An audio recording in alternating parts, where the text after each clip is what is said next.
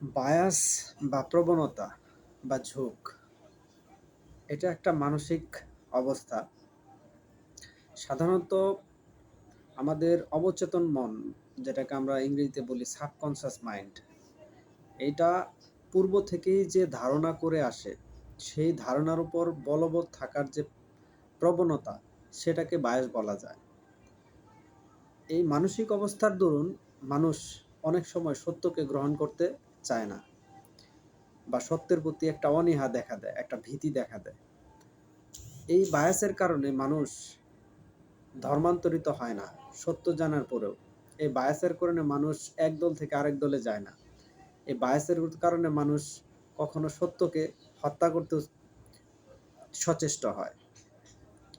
তো শিক্ষিত মানুষ যারা আছেন, আসলে প্রকৃত শিক্ষা হচ্ছে সেই শিক্ষা, যে শিক্ষা জেনে বুঝে সত্যকে গ্রহণ করে। আমরা শিক্ষিত বললে সেই মানুষকে শিক্ষিত বলতে পারি যে সবসময় সজ্ঞানে সত্যকে গ্রহণ করার মানসিকতা রাখে।